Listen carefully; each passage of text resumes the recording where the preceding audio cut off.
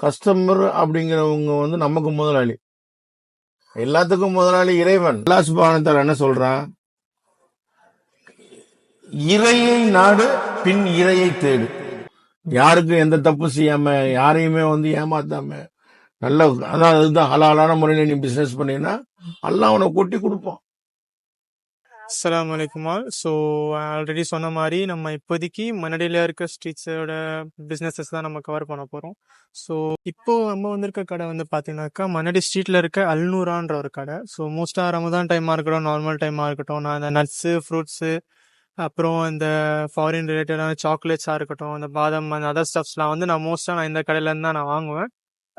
பர்சனலாக இவர் எனக்கு தெரியலனாலும் இந்த பக்கம் வரப்போலாம் I listen to his words. So ஏன் நம்ம இவர்கிட்ட வந்து ஸ்டார்ட் பண்ணக்கூடாதுன்னு தான் தோணுச்சு. So let's start with.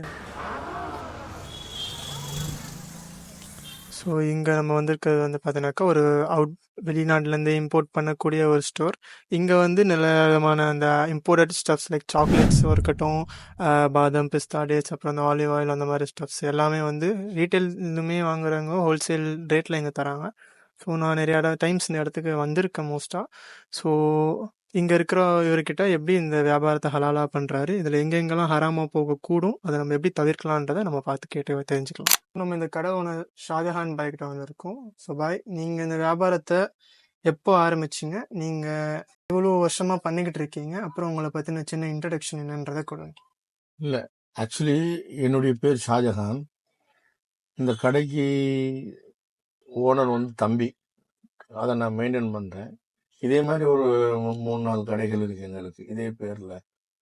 ஷல்லா அது வந்து கிட்டத்தட்ட ஒரு 7-8 வருஷமா அந்த தொழிலில் நாங்கள் இருக்கோம். மக்களுக்கு பிடிச்சது மாதிரி பண்ணிக்கிட்டு தான் இருக்கோம். ஷல்லா நாங்கள் ராமநாதபுரம் டிஸ்ட்ரிக்ட்லேருந்து வந்திருக்கோம்.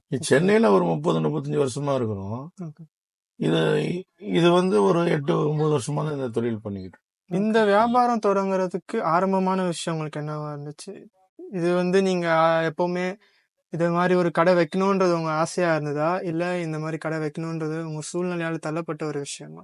முன்னாடிலாம் இந்த சிங்கப்பூர் போயிட்டு வந்துக்கிட்டு இருந்தாங்க எல்லா பேரும்.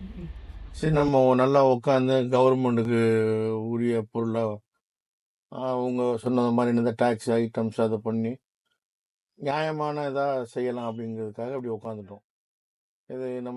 இதுதான் திருப்தியாக இருந்துச்சு. நமக்கு இந்த வியாபாரம் தொழிலில் நல்ல ஒரு திருப்தி இருக்குது.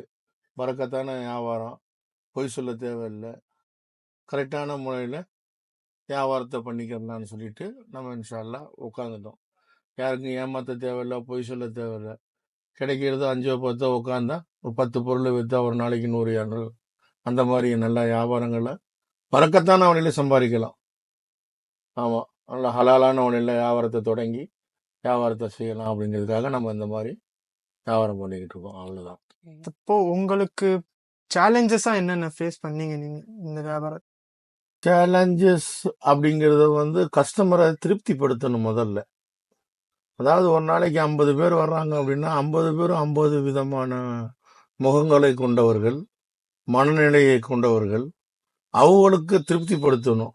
ஏன்னா எந்த கஸ்டமரும் வந்து 1 ரூபாய்க்கு வாங்குறவங்களும் 1 லட்ச ரூபாய்க்கு வாங்குறவங்களும் எல்லாருமே ஒரே விதமான கஸ்டமர் தான். நம்ம எல்லா பேரையுமே வந்து அனுசரிக்கணும். யார்கிட்ட எந்த கஸ்டமர்ட்டையும் நம்ம கோவப்படக்கூடாது. மெயின் கோபம் அப்படிங்கிறத கழட்டி சட்டையை கழட்டி போடுறது, மடுக்கு துணியில் போடுறது மாதிரி போட்டுடணும். கோபமே படக்கூடாது. கோபப்பட்டோம்னா வாழ்க்கையில சாதிக்கவே முடியாது. விட்டு கொடுத்தவன் கெட்டு போறது இல்லை அப்படிங்கிற பழமொழிக்கு ஏற்ப நம்ம கரெக்டாக நம்ம கஸ்டமரை வந்து ஹேண்டில் பண்ணோம்னா வெளியில எவ்வளோ கம்மியாக கிடைச்சா கூட, நம்மளோட கம்மியாக கிடைச்சா கூட அந்த கஸ்டமர் அங்கே போக மாட்டாங்க. ஏன்னு கேட்டாங்கன்னா இன்னைக்கு கஸ்டமர் அப்படிங்கிறவங்க வந்து நமக்கு முதலாளி. எல்லாத்துக்கும் முதலாளி இறைவன். ஆனால் நமக்கு கஸ்டமர் தான் நமக்கு முதலாளி. அவங்கள கரெக்டா மரியாதையா மன நிறைவோட நம்ம பண்ணோம் அப்படின்னா 100% நம்ம சக்சஸ் பண்ணலாம். எந்த தொழிலா இருந்தாலும் சரி.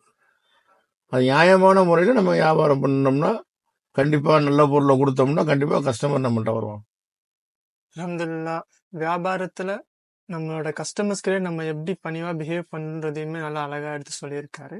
ஸோ அடுத்த கொஸ்டின் என்னன்னாக்கா, நீங்க உங்களை மாதிரி வியாபாரம் இந்த மாதிரி கடைகள் நிறையா இந்த ஏரியாவில் இருக்கு. ஸோ தவறான ஒரு விஷயம் காமன் ஆக்கி பண்றாங்க நிறைய பேர் இந்த வியாபாரத்துலனாக்கா, என்னென்ன விஷயம்? அதை எப்படி தவிர்த்துக்கிறது? முதல்ல ஒரு கடையில வந்து பரக்கத் அப்படின்னா என்ன அப்படின்னா ஹலால்.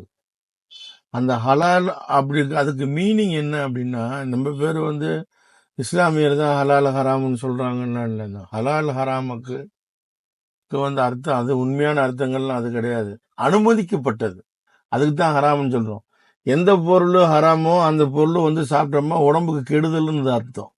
அவ்வளவுதான். அது வந்து புலால், அதாவது வந்து மாமிசமா இருக்கும்னு அவசியம் கிடையாது.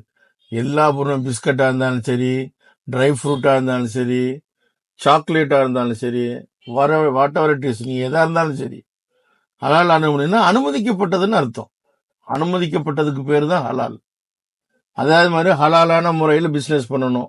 இப்போ இந்த தராசு இருக்கு, இந்த தராசை வந்து பாத்தீங்கன்னா வருஷத்துக்கு ஒரு ட்ரிப் நம்ம வந்து கவர்மெண்ட்ல கொடுத்து நம்ம வந்து செக் பண்றோம்.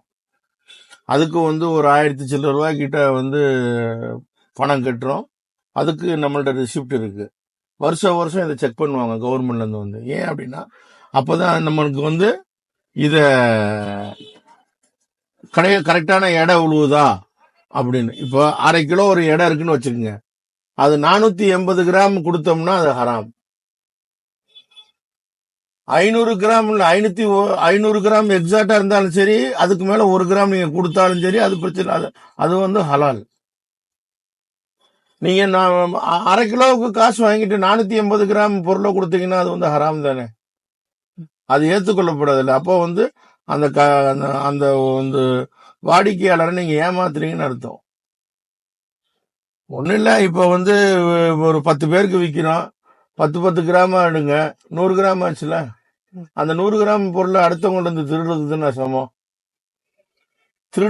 திருடனுக்கும் நம்ம வேலை இந்த இதுல அடிக்கிறவங்களுக்கும் வித்தியாசமே இல்லையே. அவன் டைரக்டா திருடுறான், நம்ம இன்டைரக்டா திருடுறோம், அதுதான் வித்தியாசம். அதுதான் ஹலால் ஹராம் இந்த தொழில்ல. ஒவ்வொரு தொழிலுக்கும் ஹலால் ஹராம் இருக்கு. மக்களை எவன் ஏமாத்துறானோ அதெல்லாம் ஹராம். நீங்களே சொல்லியிருந்தீங்க, இந்த தராசா இருக்கட்டும் 100 கிராமா 10 கிராமும் 1 கிராமும் கம்மியா இருந்தா அது ஹராமா போகுதுங்க. சில யங்கா இருக்கிறவங்களும் சரி, இப்போ ஆரம்பிக்கிற ஆண்டர்பிரினர்ஸும் சரி, ஒரு பிசினஸ் மேனும் சரி, அவங்க சில பேர் பரவாயில்ல கொஞ்சம் தானே அல்லாஹ் மன்னிச்சிருவான்ற ஒரு எண்ணத்துல செய்யறாங்க இல்லையா, அதை பத்தின கருத்து உங்களுது என்ன? அல்லாஹ் மன்னிச்சிருவான் அப்படிங்கிறது வந்து அல்லாஹ் வந்து மன்னிக்க கூடியவன் தான். அல்லாஹ்கிட்ட வந்து நம்ம மன்னிப்பு கேட்டா அவனுக்கு ரொம்ப பிடிக்கும். நம்ம பிள்ளைங்க, நம்ம தாய் தகப்பன்ட்ட வந்து அழுது புள்ள பசிக்கிற புள்ள அழுதாதானே பால் கிடைக்கும். அதே மாதிரி வந்து அல்லாட்ட வந்து மன்னிக்க கூடியவன் தான். எதை அல்லாஹ் மன்னிப்பான்? ஒருத்தனை வஞ்சிச்சுட்டு அல்லாஹ் என்னை மன்னிப்பு கொடுத்துருவானா? அப்படிலாம் கிடையாது. அதாவது பாதிக்கப்பட்டவன் மன்னிக்கிற வரைக்கும் அல்லாஹ் மன்னிக்க மாட்டான். நம்மளால யாரு பாதிச்சானோ அவன் நம்மள மன்னிக்கிற வரைக்கும் அல்லாஹ் மன்னிக்க மாட்டான். நீங்க 1000 பேருக்கு உணவு கொடுத்தாலும் சரி, பல லட்சம் கோடியை நீங்க செலவு பண்ணாலும் சரி, நம்மளால எவன் பாதிச்சிருக்கிறானோ அந்த பாதிக்கப்பட்டவன் மன்னிக்கிற வரைக்கும் அல்லாஹ் நம்மள மன்னிக்க மாட்டான். சும்மா தொழுதா ஜக்காத்து கொடுத்தா சதக்கா கொடுத்தா அல்லாஹ் மன்னிச்சிருவான் அப்படிங்கிறதுக்காக எல்லா தப்புகளையும் செஞ்சுட்டு போய் இந்த தப்பு பண்ணிட்டேன், ஒருத்தனுக்கு துரோகம் பண்ணிட்டேன், ஒருத்தன் சொத்தையே எடுத்துட்டேன், எல்லாத்தையும் பண்ணிட்டேன், அதுக்கு பதிலாக அந்த 100 பேருக்கு சோத்தை போட்டு கொடுத்தோம்னு எல்லாம் மன்னிச்சிருவானா? அப்படிலாம் கிடையாது. நான் ஒருத்தருக்கு துரோகம் பண்ணிட்டேன்னா அந்த துரோகத்தை வந்து அவன் மன்னிக்க வரைக்கும் அல்லாஹ் என்னைய மன்னிக்க மாட்டான். இதுதான் ஹலாலான சப்ளையர்ஸ், பார்ட்னர்ஸ், இந்த மாதிரி ஆட்கள் எல்லாம் நீங்க எங்க கண்டுபிடிச்சீங்க? சப்ளையர்ஸ் ஹலால் ஹராம்லாம் சொல்ல முடியாது. அதாவது ஒருத்தர்கிட்ட பழகினதுக்கு அப்புறம் தான் அவனை ஹலாலான முறையில் வியாபாரம் பண்றானா ஹராமான முறையில் வியாபாரம் பண்றானா தெரியும். பழகாம கொள்ளாமையெல்லாம் ஒன்றும் பண்ண முடியாது. இது அந்த சப்ளையருக்கும் அதுக்கு நம்ம சம்மந்தம் கிடையாது. அதாவது ஒருத்தர் வந்து ஒரு சப்ளையர் வந்து ஒரு பொருளை விற்கிறாரு, அது நல்ல பொருளை வித்தாருன்னா அது ஹலால். அவர் ஏதாவது ஒன்று வித்துட்டு போறாரு, அது அவருக்கு எது வேணாலும் வித்துட்டு போறாரு, நான் அதை வாங்கக்கூடாது. அது பொருள் நல்லா இருந்தா தான் நான் வாங்கணும். நான் காசு கொடுத்து வாங்கினாலும் அது ஹலால் ஆக்கப்பட்டது. ஆனா அது நல்ல பொருளா வாங்கணும். ம். அது தீங்கான பொருளை வாங்கி நான் காசு கொடுத்து வாங்கினாலும் அது ஹலால்னு சொல்ல முடியாது. நல்ல பொருளை வாங்கி வித்தாவே ஹலால் தான். ஸோ இந்த பிஸியான வியாபாரம் மத்தியில உங்களை 5 வேளை தொழுகைக்கு நீங்க எப்படி நேரம் ஒதுக்குறீங்க? இல்ல பிஸியா இருக்கிறேன்னு சொல்றது வந்து அது சும்மா.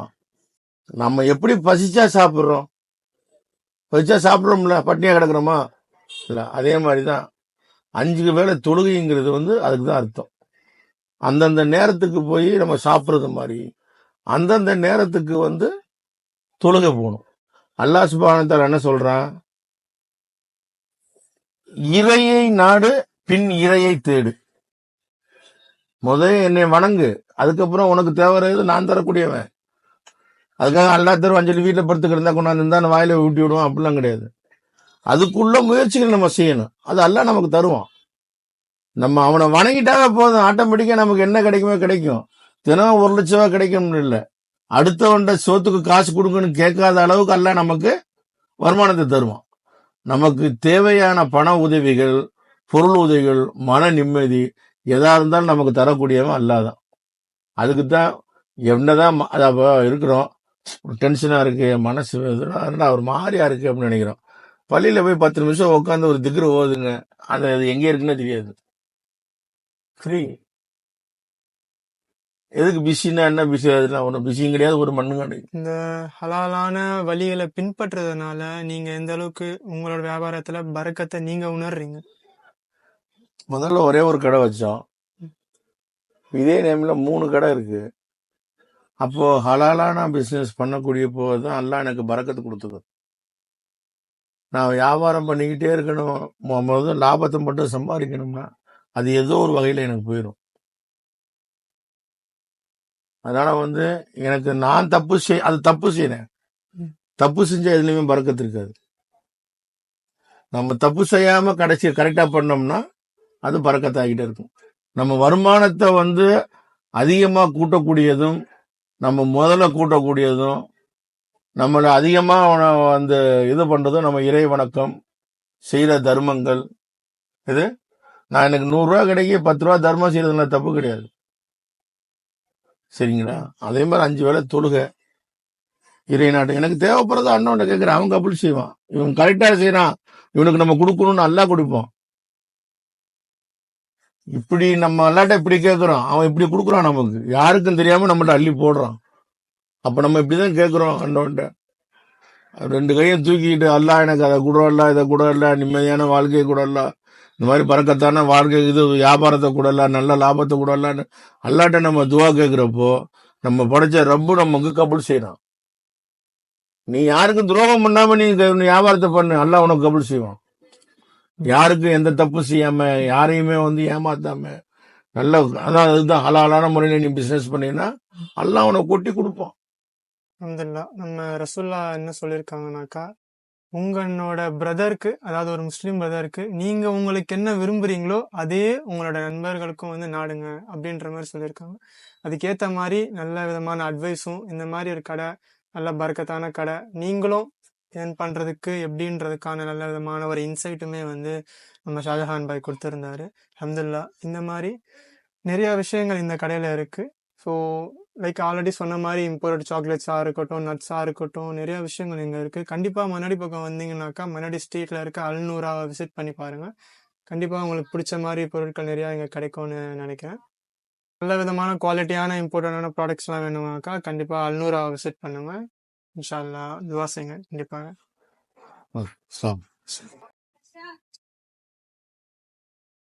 அல்ஹம்துலில்லாஹ். ஒரு போட்டிகரமான உலகத்து மத்தியில் நானும் வந்து வருங்காலத்துல நல்லா சம்பாதிக்கிறதுக்காக நம்மளோட சமூகத்துக்காக உதவி செய்யறேன்ற வகையில நிறைய அட்வைஸ் பண்ணியிருக்காரு இந்த பாய். இன்ஷா அல்லாஹ் உங்களுக்கும் இந்த மாதிரி கடை வைக்கணும்னாக்கா கண்டிப்பா நம்மளோட சேனலை ஃபாலோ பண்ணுங்க. ஏன்னா இந்த மாதிரி நிறைய பிசினஸஸ், ஹலாலான பிசினஸ் என்னென்ன இருக்கு நம்ம சென்னையிலன்றத ஒன்னா நம்ம போய் கவர் பண்ணலாம். ஒரு ஸ்டோரி அட் டைம் கவர் பண்ணலாம். இந்த மாதிரி நிறைய இன்ஃபர்மேஷன்ஸ் தெரிஞ்சதுக்காக ஹலால் பர்சூட்டை ஃபாலோ பண்ணுங்க. அஸ்ஸலாமு அலைக்கும். அடுத்த இன்னொரு வீடியோவில் சந்திக்கிறேன்.